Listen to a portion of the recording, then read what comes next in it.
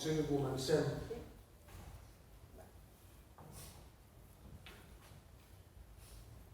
Bona tarda a tothom. Us donem la benvinguda a aquesta presentació de l'últim llibre de Joaquim Villalta. Abans de començar, us he de dir que per demanda de persones que viuen a Latinoamèrica, aquesta conferència es farà i es gravarà en llengua castellana, ¿d'acord?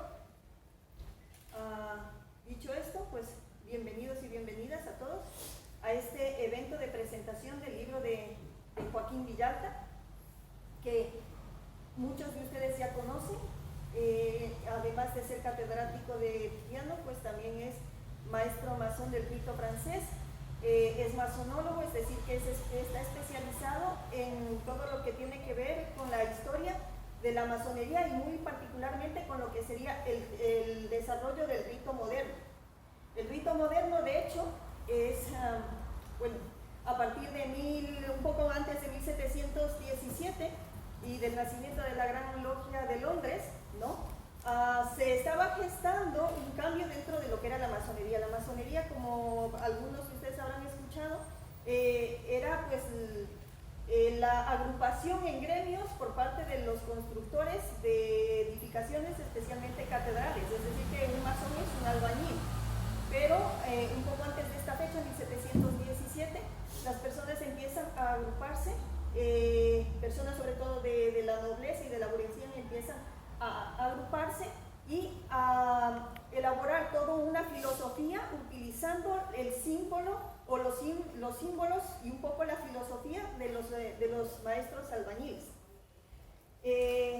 Dicho esto, este evento se está realizando en el marco del 10º aniversario de la Unión Masónica Universal del Rito Moderno, que tengo el honor de presidir, y del aniversario de los 10 años de fundación del Sublime Consejo del Rito Moderno para el Ecuador, Gran Logia Mixta de los Andes Ecuatoriales, y también hemos contado, o lo hemos hecho en conjunto, con los miembros de la Gran Logia Pirene, que son precisamente quienes nos han facilitado estas instalaciones para poder llevar adelante este evento.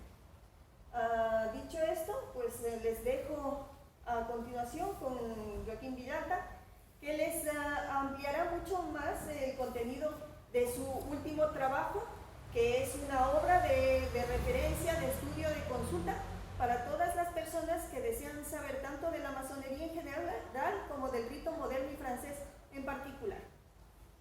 Pues a continuación, Joaquín, tienes la palabra. Pues muchísimas gracias, Olga. Muchísimas gracias a todos vosotros por vuestra presencia el día de hoy, un día entre semana, así medio lluvioso, etc. Y esto más que una conferencia, pues es la presentación de un libro. Si fuera una conferencia, algunos de vosotros que habéis estado en Arús, en otros foros de charlas, de debate y de investigación, una conferencia da pie para más tiempo y soy más pesado, tardo más tiempo. De lo que se trata hoy es de presentar un libro y hemos elegido este lugar, entre otras cosas, como ha dicho la hermana Olga Vallejo, auspiciados pues, por la Libertad Sansenca, la Gran Logia de Pirene, la Unión Masónica Universal del Rito Moderno, en este lugar que fue la Lealtad Sansenca, una cooperativa de 1891 que recogía pues, precisamente todo ese elenco ideológico de trabajar en conjunto para hacer una sociedad mejor, conseguir mejores precios para los trabajadores.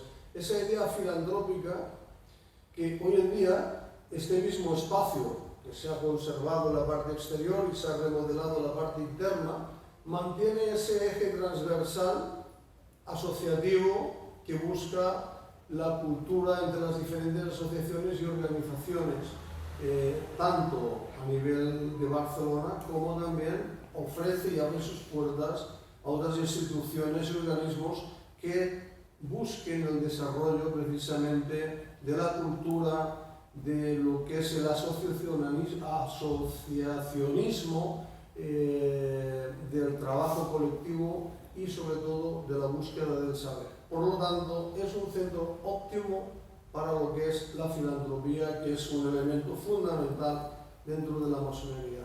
Ese trabajo filantrópico en la búsqueda de la verdad, en la búsqueda del conocimiento conjunto y del saber.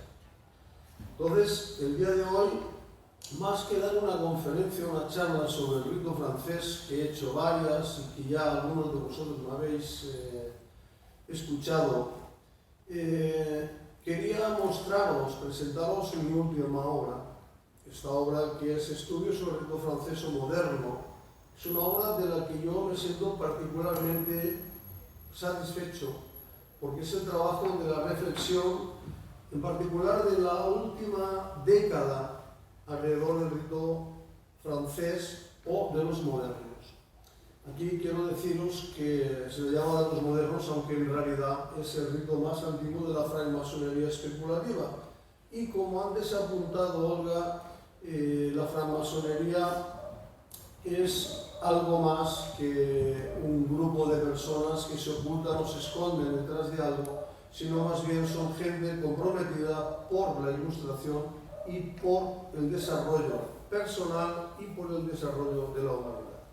Para ello lo que quiero hacer, y no alargar la presentación, es voy a leer un breve extracto de cuál es el objeto o el objetivo de este libro, Estudios sobre el rito moderno francés. Son reflexiones que yo le denomino en oro y azul porque era el color que llevaba el mandil del maestro masón en el siglo XVIII.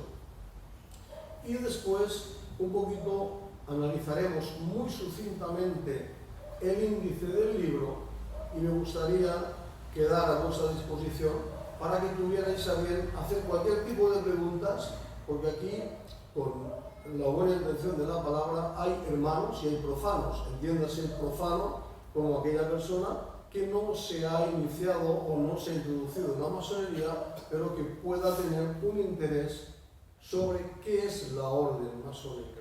Hay mucha falsedad, mucho ocultismo. Los masones no somos gente rara, ni somos gente que se nos persiga, ni nos ocultamos en la oscuridad. Al contrario, la masonería es luz y lo que se trata es de llevar esa luz es el símbolo del conocimiento y acercarlo a los demás para hacer una sociedad más justa, más equitativa y a ser posible, más perfecta.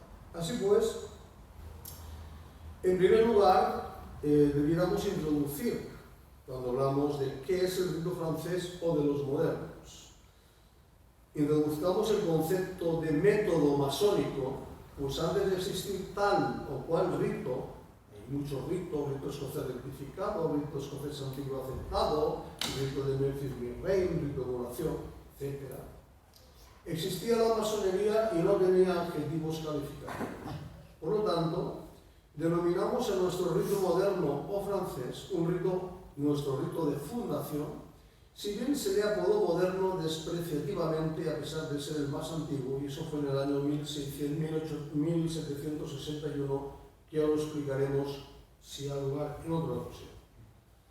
El método masónico pretende conducir al ser humano a armonizar de forma virtuosa su pensamiento, su palabra y su obra. Todo desequilibrio en estos términos nos aleja de la realización personal y del objetivo de la perfección.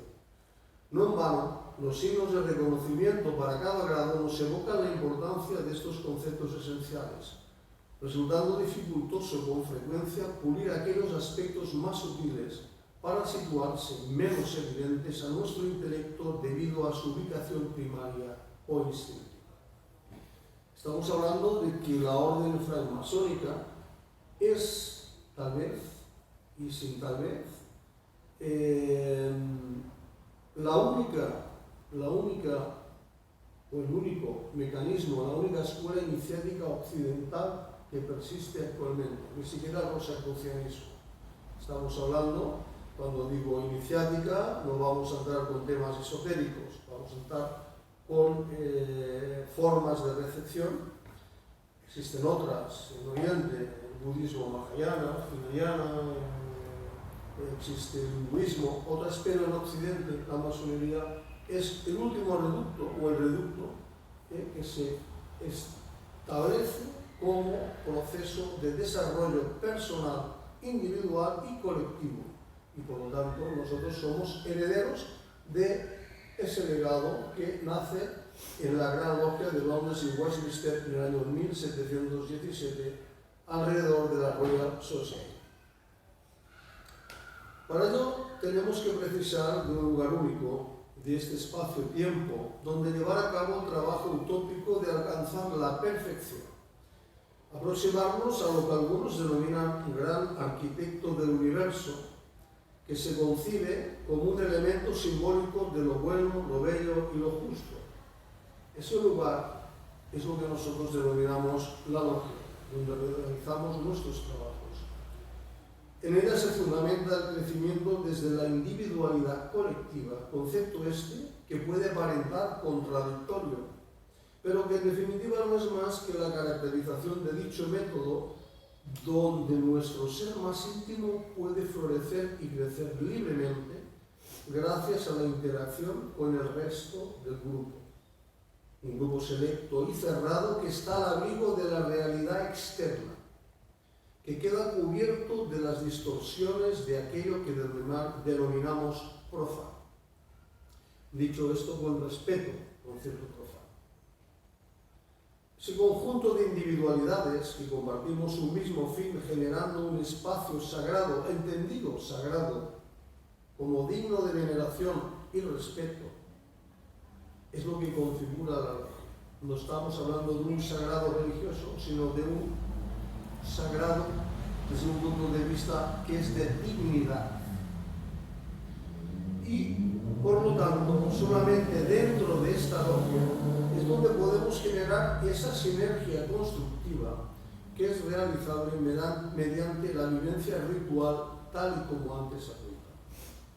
Así, como nos decía Negrel, entendemos por logia una comunidad iniciática porque hemos sido recibidos en ella, hemos iniciado un camino, reunida alrededor de un rito, y este rito lo configuramos todos.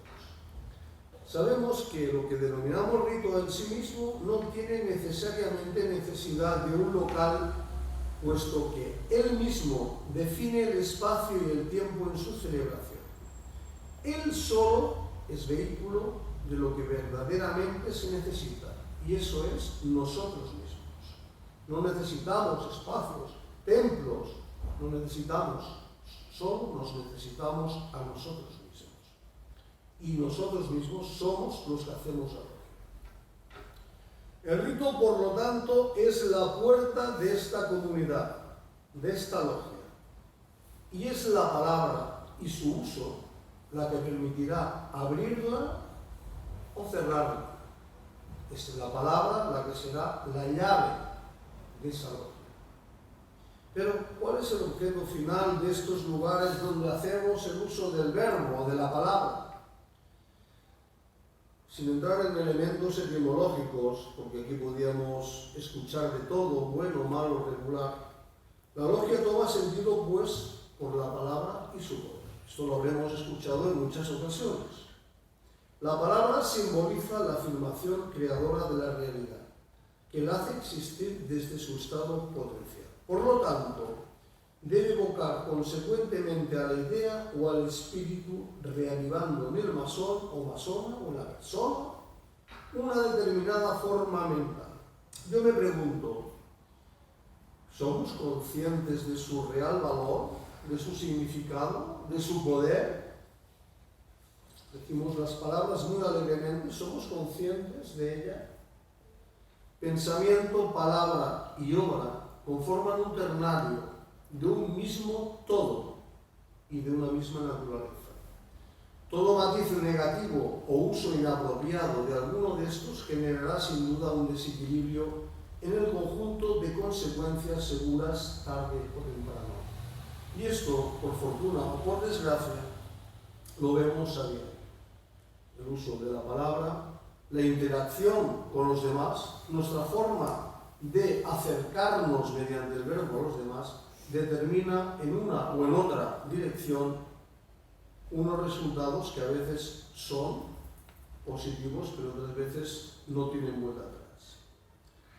Volviendo a nuestra francmasonería, para diferenciarla de la masonería operativa, de la que hacían los constructores, en Francia un masón es un albañil, aquí le llaman el paleta. El francmasón nos referimos a aquellos que trabajamos desde un punto de vista intelectual, espiritual, ideológico, para, como decía antes, perfeccionarnos e intentar interactuar con nuestra sociedad. Por lo tanto, nuestra francmasonería es una orden por la que nos iniciamos. Efectivamente, es tradicional y utiliza los símbolos, y no nos confundamos con estas películas que nos han contado, y lo digo con todos mis respetos, nosotros no somos herederos de los masones operativos, en absoluto.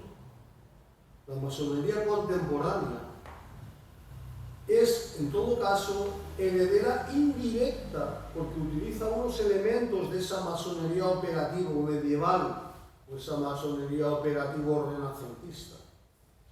La francmasonería contemporánea nace en los finales del siglo XVII y principios del XVIII, alrededor del, como ya he dicho, de la Royal Society, y que todos vosotros ya sabéis lo que es.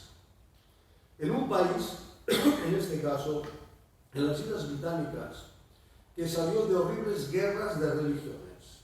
Estas personas de ciencias, ilustrados, naturalistas, que no querían renunciar a sus aspiraciones espirituales, se inspiran en los ritos y los símbolos de esos constructores de catedrales, de quienes no eran herederos directos, como he apuntado, creando una francmasonería especulativa, moderna, fundamentada en unos mitos importados a tal efecto.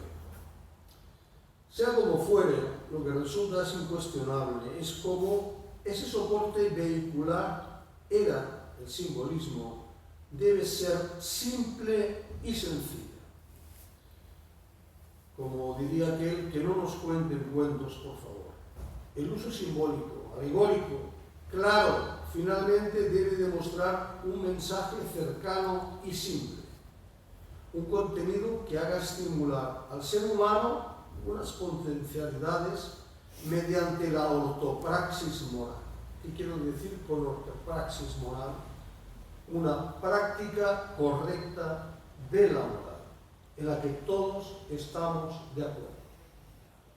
En alguna ocasión alguien ha dicho, bueno, esto es relativo, porque tu ortopraxis moral no tiene por qué ser la misma ortopraxis moral en una cultura como la japonesa.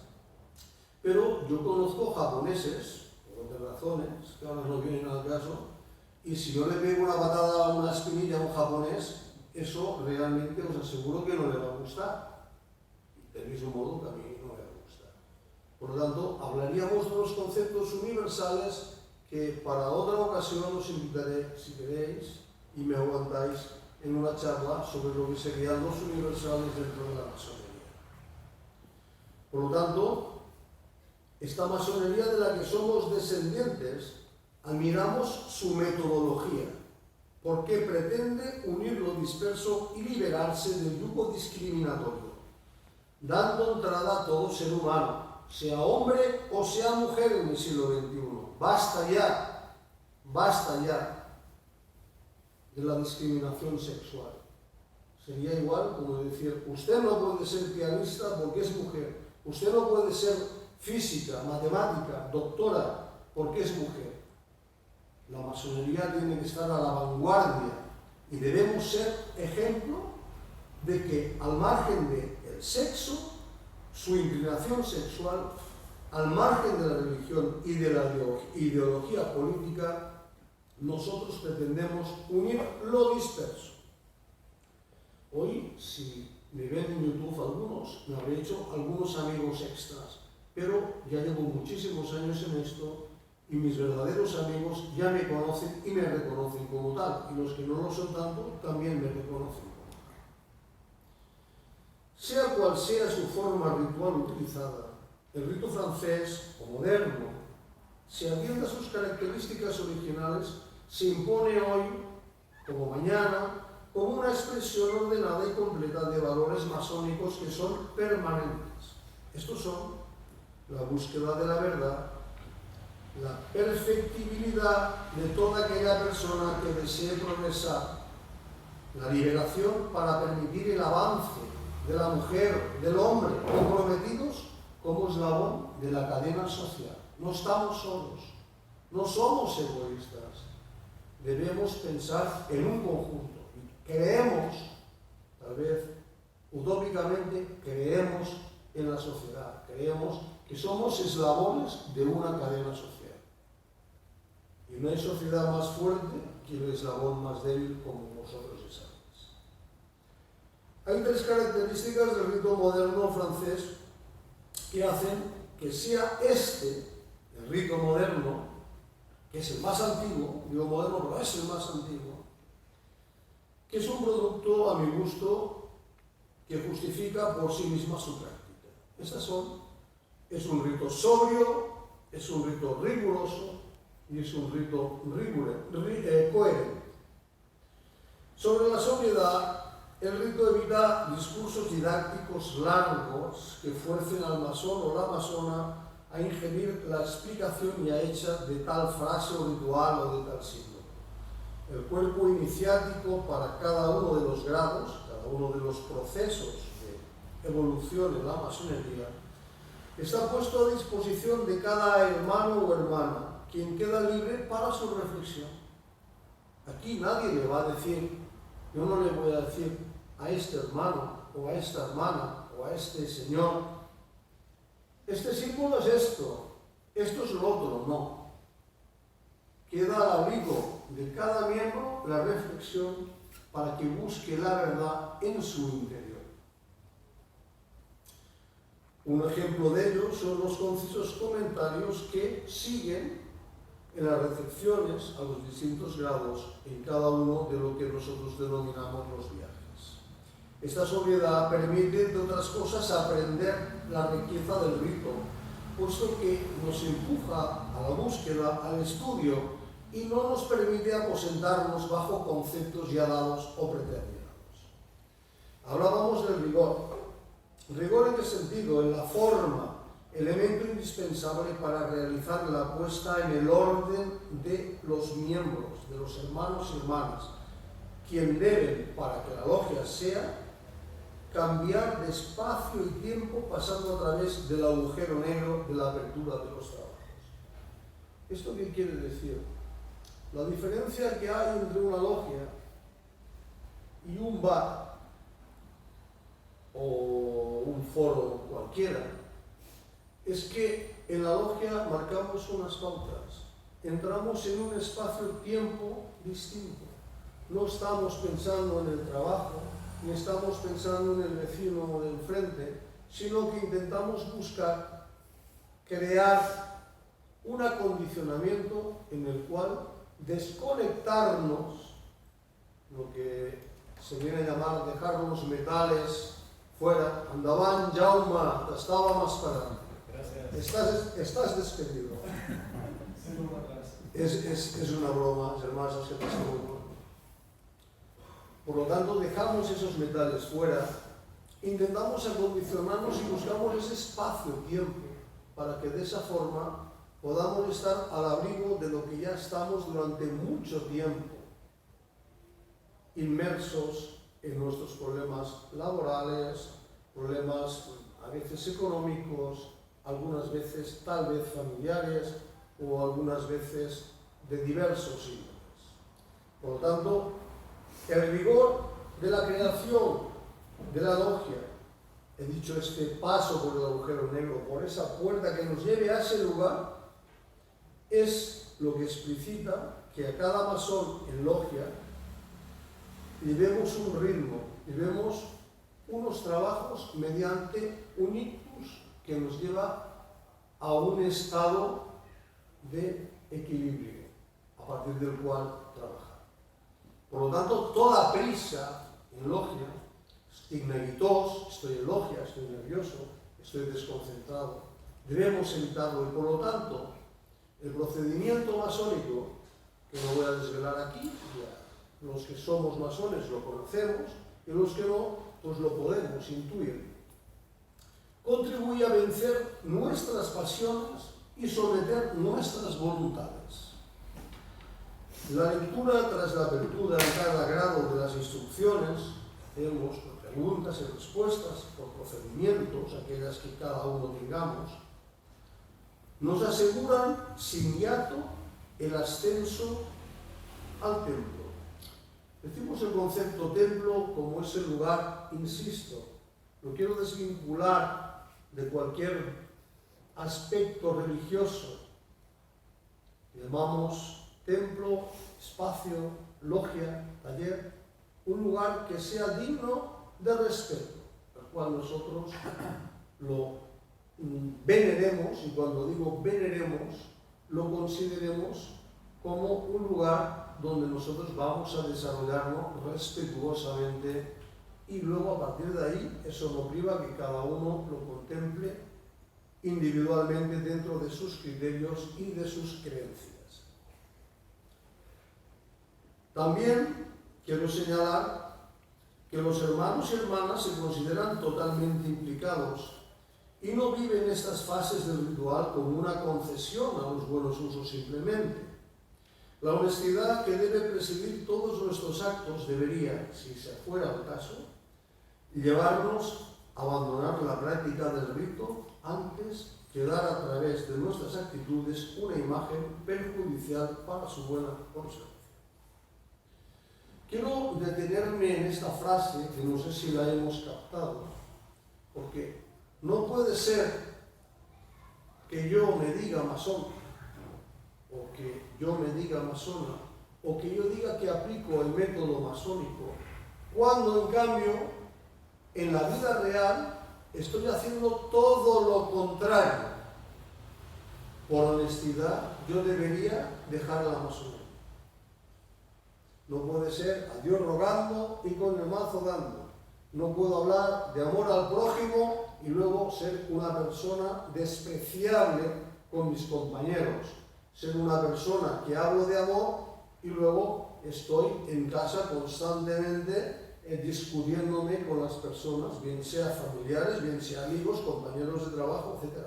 Aunque a veces los compañeros de trabajo te dan algún que otro problemilla, pero bromas aparte, debemos ser coherentes con la prédica y con la práctica, con lo que nosotros buscamos a través del método masónico. No seremos perfectos, pero buscamos la perfección y debemos llevarlo no solamente con grandes elucubraciones en la logia o con grandes charlas, no, debemos intentar llevarlo al mercado, al trabajo, cuando vamos al médico, cuando encontramos un amigo, cuando alguien nos pide la hora, cuando alguien nos hace una consulta. Eso es la masonería. La masonería es práctica. La masonería no es saberse de memoria no sé cuántas fechas y no sé cuántos filósofos. Eso es erudición, es otra cosa. Yo he conocido gente masona no muy erudita en cuanto a cantidad de conocimientos, pero sí con una práctica masónica filantrópica extraordinaria. Por lo tanto, debe haber ese equilibrio y eso es la coherencia pura y dura que debe mantener el masón con independencia del rito que sea. Por lo tanto, como digo, el conflicto que genere la presencia simultánea de elementos contradictorios solamente puede generar desorden. Entonces, vamos a intentar hacer una práctica de un rito que sea coherente. Mirad, aquí no se trata de razonar por comparación o decir que tal rito es mejor que otro o tal. Simplemente se trata que hagamos el rito que hagamos, progresemos. Progresemos de una forma ejemplar. Eso es difícil. Es fácil de decir y es difícil de hacer. Pero tenemos que estar comprometidos con ello. Así pues, el rito moderno francés, que es denominado el rito de fundación porque fue formado por la Gran Logia de Londres y Westminster, posteriormente en el año 37 denominada Premier Grand Lodge of England, fue el rito fundacional. Fue el rito en el cual, utilizando elementos y herramientas importadas, otro día lo explicaré a través de este libro, que es también mío, sobre arqueología, cómo se funda la Gran Logia de Londres, por qué sale ex nihilo. Hablaremos del Mason War, de la palabra de masón, que era un rito calvinista, nacido en el 1628, y cómo alrededor de esa gente ilustrada, que estaba enfrentada por problemas religiosos y políticos, unos que eran jacobitas, los otros hanoverianos, unos eran presbiterianos, los otros eran calvinistas, unos eran católicos, otros eran... Eso era una locura y les llevó a la guerra. Les llevó a guerras de religiones. Esa gente ilustrada encontró mediante un sistema, una práctica, un método masónico, hacer un centro de unión para poderse reunir y tratar de todos los temas. Así pues, cuando los que conocemos las constituciones de Anderson, hemos oído hablar de que en logia no se puede hablar ni de política ni de religión. Eso lo hemos oído hablar. Bien, yo estoy absolutamente en contra de eso. Y lo he argumentado y lo he defendido en foros y lo he escrito, y si alguien sigue viendo, lo he escrito. Porque los deberes de francmaçon están redactados por Jean-Théophile Desaguliers, miembro de la Royal Society y además un gran experimentador de Newton, nos habla que está prohibido hablar de religión y de política cuando la logia está cerrada. ¿Qué quiere decir que la logia está cerrada? ¿O es que acaso un libre pensador o una libre pensadora no puede hablar de lo que sea con una justa mesura? Sería una contradicción absurda. Ahora bien, si la logia está cerrada, es decir, no existe un ritmo, no existe una pauta, no existe un orden, entonces sí que es un problema, porque acabaríamos como cuando vamos a ver un partido de fútbol al bar, discutidos todos, y si nos tomamos 5 cervezas, más todavía.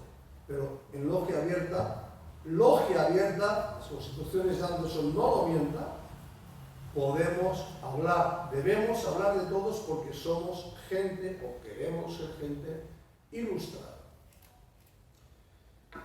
Finalmente, este libro para mí supone, aparte de unas reflexiones más complejas, yo ahora lo estoy resumiendo mucho, es un fascinante viaje por la francmasonería especulativa del siglo XVIII.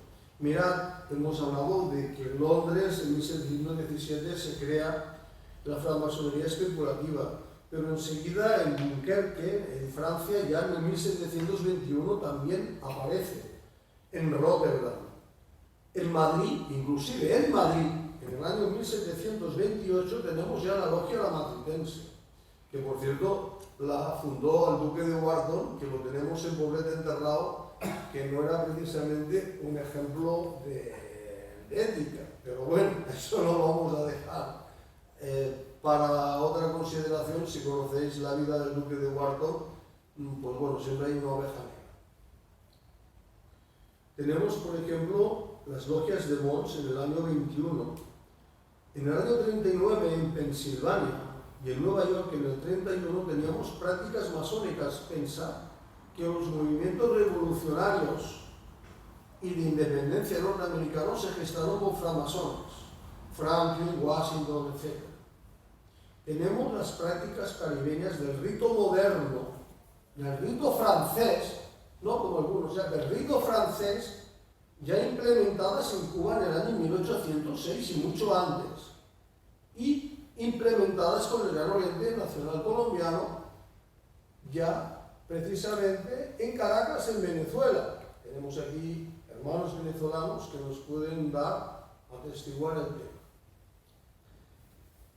Tenemos así, por ejemplo, bueno, ¿cómo sabes tú que que en el 1806 se trabajaba el rito francés en América?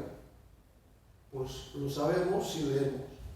Y si leemos que libros que estaban editados, curiosamente, en la senda de las luces masónicas, está además impreso en el año 1821 en Nueva York y está en lengua castellana. Si alguien no lo ha leído, os lo aconsejo que lo leáis. Y si no, también he hecho un pequeño estudio sobre el rito de Cernó, por si alguien está interesado, también lo podéis encontrar. Es un trabajo de compilación, es un blog de apuntes sobre el cernaúismo o la otra línea de Moren Frankenheiss, que fue la principal en Nueva York, pero que después, por razones varias, se impuso la de Charleston de Pike, pero que ambos procedían de la misma línea del rito de perfección que creó Etienne Morin.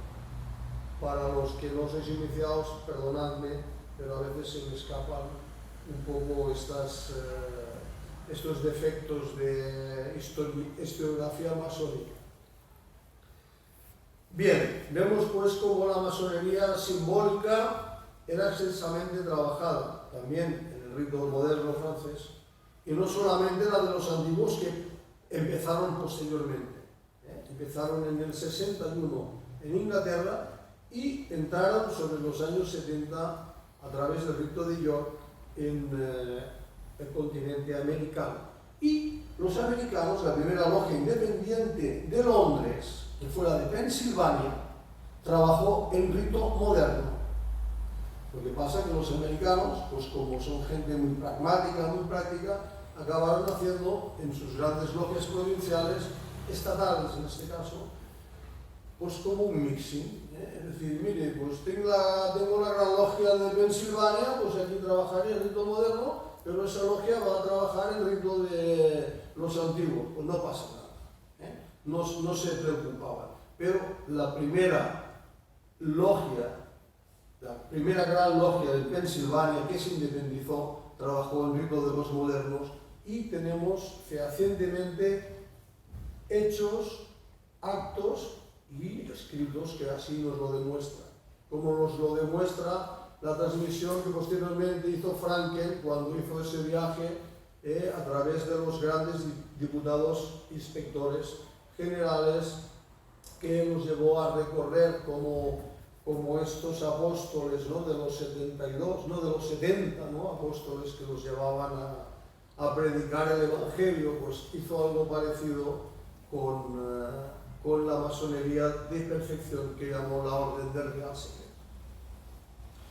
Dicho esto, dejo para el ávido lector la implantación de los Supremos Consejos Sudamericanos, que están implantados no por la jurisdicción de Washington, sino precisamente por el Supremo Consejo de Nueva York, presidido por Cernó. Y Cernó fue que precisamente en 1824 instituye el Gran Oriente Nacional Colombiano y el Supremo Consejo Nacional de la Gran Colombia. Y la Gran Colombia en ese momento pues comprendía lo que es hoy Venezuela, comprendía Colombia, comprendía, si no me equivoco, también Ecuador, parte de Centroamérica, etc. Luego, a posteriori, en el 88, aquello quedó dividido. Por lo tanto, creo que es trascendental conocer que el escocismo y las horrorosas políticas de difamación que se ha llevado a cabo por la jurisdicción sur de los Estados Unidos pretendieron apagar el brillante legado que le debe Sudamérica precisamente al Supremo Consejo de Nueva York, fundado en 1807 y pasado de un sublime consejo de principios del Real Secreto a un Supremo Consejo de 33. Para quien no lo sepa, hemos ido a hablar de un gran héroe de las Américas, de un muy ilustre hermano. ¿Quién no ha oído hablar de Lafayette? ¿A alguien le suena Lafayette? No, Lafayette es el símbolo de la liberación, de la libertad, era un hombre honrado, ya no solo en América, ¿no?, sino también en Francia. Era nec plus ultra. Y Lafayette se inició en el 1824 en Nueva York por De White en el Supremo Consejo de Cerno. Ahí lo dejo. Lo digo por si los amantes del rito escocés antiguo aceptado creo que deben saber esta información, y que, reitero, no es que lo quiera vender, pero en los apuntes del rito de Cerno aquí está explicado perfectamente, gracias a un trabajo formidable de unas 800 páginas que tiene Folger, que fue un historiador norteamericano de finales del 19 y que nos dejó un legado magnífico. Lo que pasa es que estos materiales son los que... Bien, me complace, por lo tanto, que este libro pueda transmitir la belleza, este libro que he venido a presentar hoy, nos pueda transmitir la belleza simbólica de su naturaleza.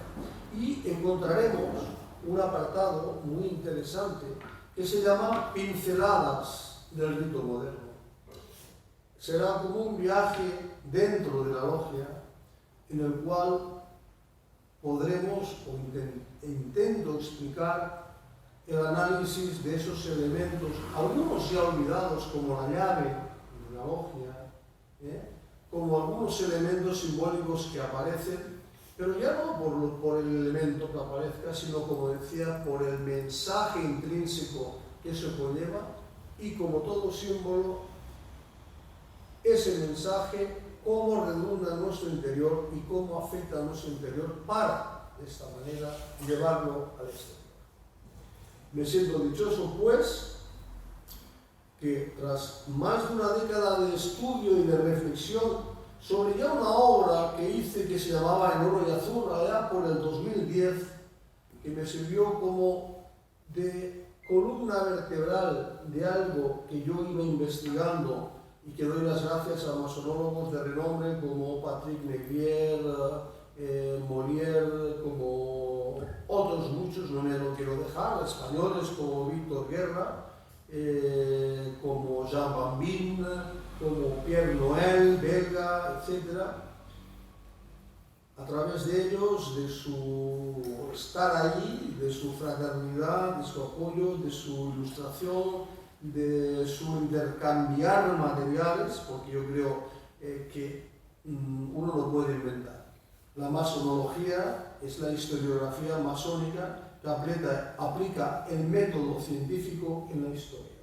Nos tenemos que basar en documentos, en fuentes fehacientes, y ha acabado ese tiempo de que yo me lo invento de boca a oreja, porque a mí me han dicho, que me han comentado, de que venimos de las pirámides de Egipto y tal. Todo eso, lamento deciros que es mentira. Tenemos un origen, tenemos un trasfondo ético-moral fundamental y maravilloso, pero debemos conocer la verdad. Entonces, a partir de ahí, desde la época de K, años 60, 1960, se crea lo que se llama la Escuela Auténtica de la historiografía masónica, que son los que se llaman masonólogos. Las universidades en los departamentos de historia tienen un departamento de masonología que estudia la historia de la masonería aplicada con el método científico. Entonces, a partir de aquí, de los estudios, de toda una arqueología también, de una investigación documental, antropológica, sociológica, de todo tipo, porque la historiografía y la masonología es transversal, tiene que trabajar diferentes, incluso en el arte. Por ejemplo, hay todo lo que es música masónica, hay un trabajo transversal musicológico hecho, Milo Afani, porque es profesora superior de música y lo entiende perfectamente, como estas distintas disciplinas de las artes y de las ciencias se hacen transversales para trabajar, en este caso, el fenómeno y el hecho masónico.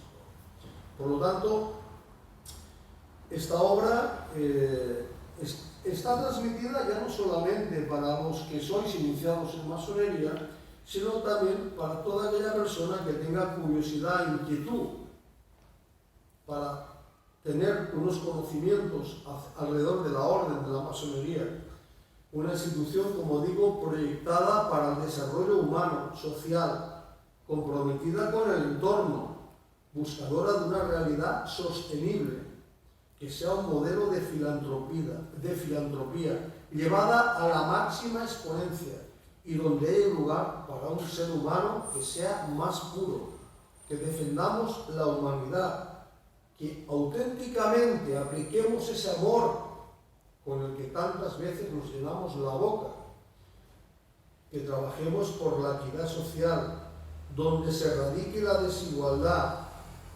donde se radique el dolor y sobre todo donde triunfe la justicia. He dicho.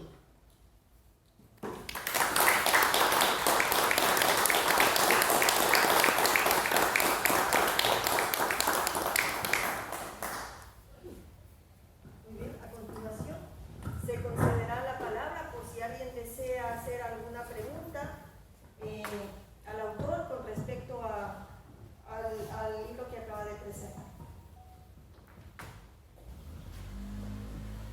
Si alguien desea hacer uso de la palabra, puede levantar la mano.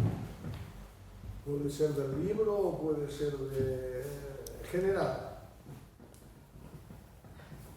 Muy buenas tardes. Como siempre, querido hermano, muy claro, muy conciso, unas palabras para mí exactas. El libro que no lo he leído todavía, me he leído el índice, que es importante, y mantiene todo lo que es el ritmo y la tranquilidad de la que me habla. Todo lo que has expuesto del libro es importante, está bien, pero aquí supongo que haremos hermanos, sabemos lo que llamamos los faros. Entonces hay algo que yo creo que en todos los talleres, en todas las logias estamos trabajando y nos preguntamos y nos damos la respuesta. Y es, ya desde el punto de vista del masonólogo, la masonería en el siglo que estamos. ¿Por qué? O sea, los masones todos estamos de acuerdo que es importante. Y hago una pregunta muy directa. ¿Por qué esto? Consideramos que la masonería es tan importante en estos días. Muchas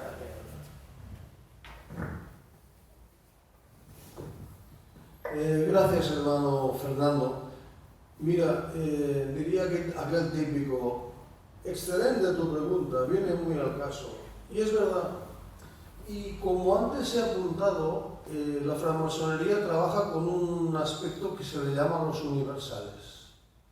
Un universal es un concepto filosófico que va más allá del tiempo y del espacio y que funciona igual en el siglo III a.C. que en el siglo XXI o que en el siglo XXIV. Sería un poco, y sería entrar en un aspecto filosófico, de trabajar el bien y el mal, la humanidad, la solidaridad y una serie de valores que, como insisto, son universales. ¿Qué ocurre? Que los valores que eran importantes en el siglo XVIII, XVII o XVI, lo siguen siendo en el siglo XXI. La filantropía, el amor al ser humano, a pesar de las diferencias, porque claro, había esclavitud en el siglo XVIII, sí, o habían determinadas cuestiones, sí, pero habían aspectos universales que progresivamente la masonería ha cogido el portaestandarte y los ha llevado a las máximas exponencias. Por lo tanto, la masonería hoy sigue siendo tan necesaria o más que lo fue en el siglo XVIII. ¿Por qué? Porque los universales existen. ¿Existe la desigualdad? Sí. ¿Es necesario erradicar la desigualdad? Sí. Por lo tanto, ¿es necesaria la masonería? Sí. ¿Era necesario practicar el amor? Sí. ¿Es necesario practicar el amor? Sí. ¿Debemos erradicar la pobreza? Sí. ¿La masonería aboga por la práctica de la emancipación y de la eliminación de la pobreza? Sí. Por lo tanto, estos universales son actualmente, están vigentes hoy en día? Sí. Hoy más que nunca creo que debemos recuperar de una forma práctica y con una acción directa la masonería. El problema es que en muchas sociedades los masones se han tenido que esconder. Y se han tenido que esconder de sistemas políticos totalitarios que les condenaban a muerte en muchos casos porque eran defensores de la libertad. Y por lo tanto no han podido aplicar, o si lo han hecho, lo han tenido que hacer a escondidas, esos valores que son universales. Hoy en día tenemos la fortuna en esta parte del planeta, al menos en esta parte del planeta, no en otros, de poder libremente, y eso es una elección efectivamente que es individual. Nadie está obligado a decir si es masón o no lo es. Yo lo digo abiertamente. Pero lo que sí que está muy claro es que la masonería es necesaria. Y si abrimos el telediario o ponemos las noticias, estamos viendo una serie de inputs que precisamente nos están diciendo todos los valores intrínsecos y implícitos a la orden son necesarios de ser aplicados. Por lo tanto, apelo cada uno en su justa medida, como pueda, aplicar estos valores ya como ser humano, porque la masonería es humano, sino como masón. Yo creo que es la responsabilidad.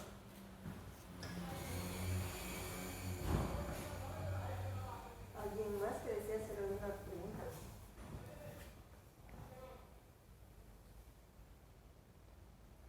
¿Que desea intervenir, hacer algún comentario, una reflexión?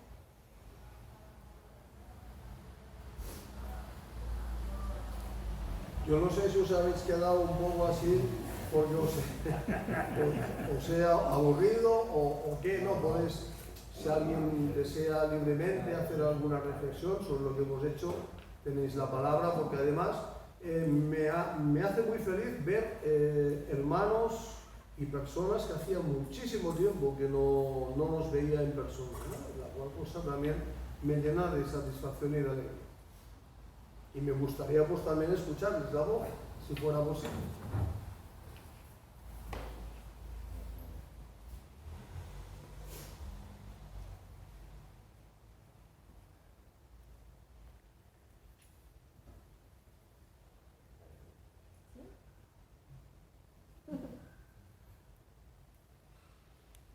Bien, si no es así,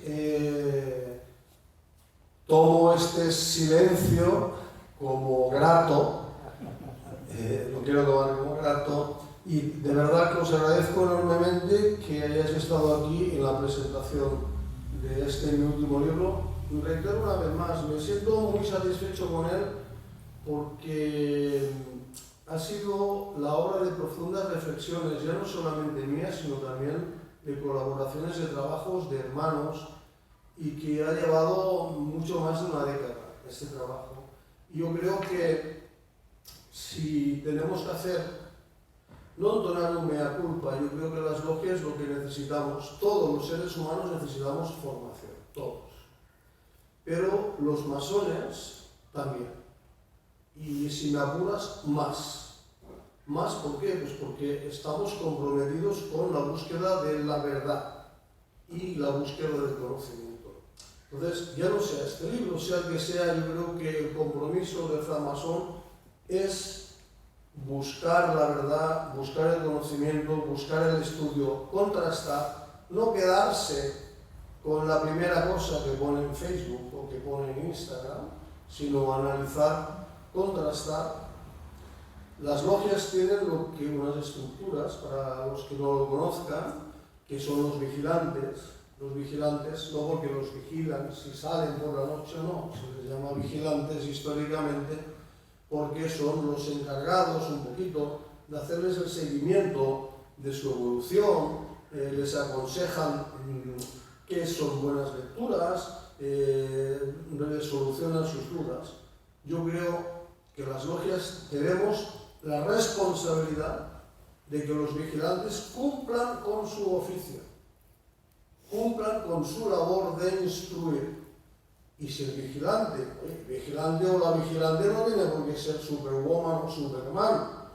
Si el vigilante tiene alguna duda, puede acudir a otro hermano o otra hermana, puede acudir a un libro, puede acudir a una biblioteca, etcétera, etcétera, etcétera. Tenemos la responsabilidad de tener una masonería ilustrada. La masonería, y ahora voy a pegar un pequeño speech, puesto que no habéis hecho ninguna pregunta.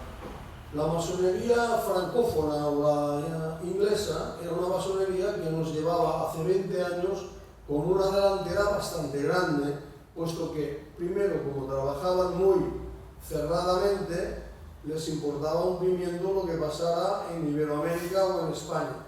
Solo les interesaba, en general, solo les interesaba ir a dar patentes y hacer algún viajecillo por el Pacífico. No todos. Si me permito esta botada, es porque ya un poquito estoy de vuelta, por eso lo hago. Me vais a excusar, pero lo quiero decir con todo respeto. Entonces, ¿qué ocurría? Que resulta que los hermanos iberoamericanos, no solo digo hispanoamericanos, sino iberoamericanos, porque incluyo portugueses, que estaban más evolucionados, brasileños, que ellos vivían en su mundo también, nos encontrábamos carentes de materiales de estudio, de investigación, carentes de actividades de reflexión, carentes de congresos, carentes de todo.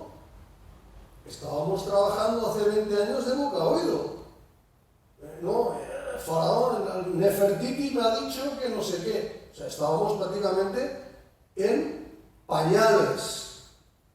Entonces, a fuerza de hermanos que se introdujeron en la masonería francófona, anglófona, investigaron aquí, allá, etcétera, etcétera, se ha conseguido una masonería ya iberoamericana muy potente, tanto en materiales como en reflexión. Ahora tenemos que vencer un poco, trasladar ese entusiasmo por el trabajo y por el estudio a las vigilancias, que ya lo hacen, muchas, no todas, muchas, a las veneraturas, a las obediencias, a los grandes maestros, y a comprender que el masón y la masona es más que un mandil. El mandil no hace el masón. El mandil es una decoración del masón o la masona. El masón tiene que ser algo más que eso, tiene que ser sencillamente un ser humano ejemplar, con sus defectos, con sus virtudes, pero con ganas de solucionar sus defectos. Por lo tanto, nuevamente, muchísimas gracias a todos y estoy a vuestra disposición. Todos, la mayoría, tenéis mi teléfono, mi contacto, sabéis que tengo un blog, me podéis escribir por email, en mi blog, espero que escribáis cosas buenas, no malas. Bueno, más aparte, quedo, como siempre decimos en masonería, quedo en pie y al orden, como siempre ha sido así. Para lo bueno y para lo malo, queridos hermanos, muchísimas gracias por haber dedicado este tiempo y este rato a estar con nosotros en la presentación de este libro, y espero que los que lo podáis comprar lo podáis gozar, porque yo lo he gozado mucho haciéndolo. Muchísimas gracias y muy buenas tardes.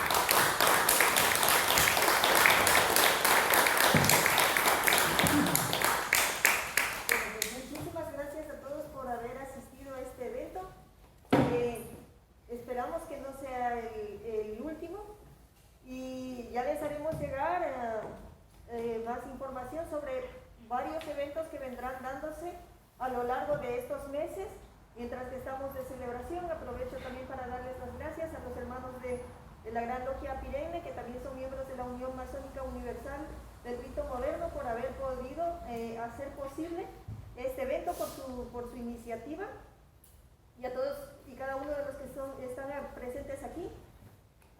En definitiva, hombres y mujeres, todos los seres humanos, tenemos muchas potencialidades que están apagadas o que las desconocemos simplemente, pero todos y cada uno de nosotros estamos en la capacidad de construir un mundo mejor o de destruir lo poco que tenemos. Gracias y hasta una próxima ocasión.